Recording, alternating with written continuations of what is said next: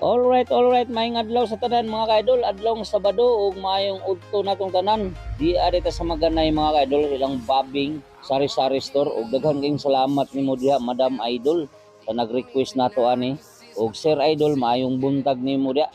Atong gibisita ang tindahan mga kaidol gumikan kay karong January 8 is mag-open ni sila mga kaidol. Nasa ni sila dire daghan nga mga display o kananan sad mga kaidol na tanan is nakanan o kananan alang sa mga biyahidor, no, pwede sad mga pe o magpabugnaw o dirita mga kaidol. Wala pa hinon ma-display ang dagkong kaldero pero atangan na to mga kaidol kay karong Enero 8 is mag-open gid sila, grand opening mga kaidol. So bungga kay ni mga kaidol, no, kutob sa moagi makakaon gyud og muhapit og di maulaw og kaninyo diha idol maayong adlaw sad kanimo tay, no. So mo dito ni sila ang in charge diri mga kaidol.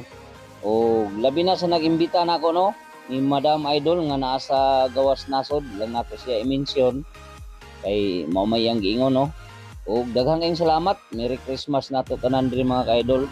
Alang day sa nangutana ni mga kaidol na ara gini sa highway maganay Pro 4 mga kaidol. So atong atangan mga kaidol ang ilahang ingnon ta mga display diri dapita mga kaidol kay welcome ni sila 24 hours daw ni sila nga mag-open pero manuktok lang pod, no, di ba?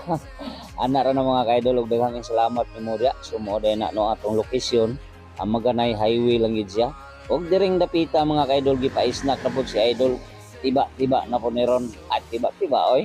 So ma'am, daghang salamat nimo da o kaninyo di idol. God bless to all mga idol. Bye-bye.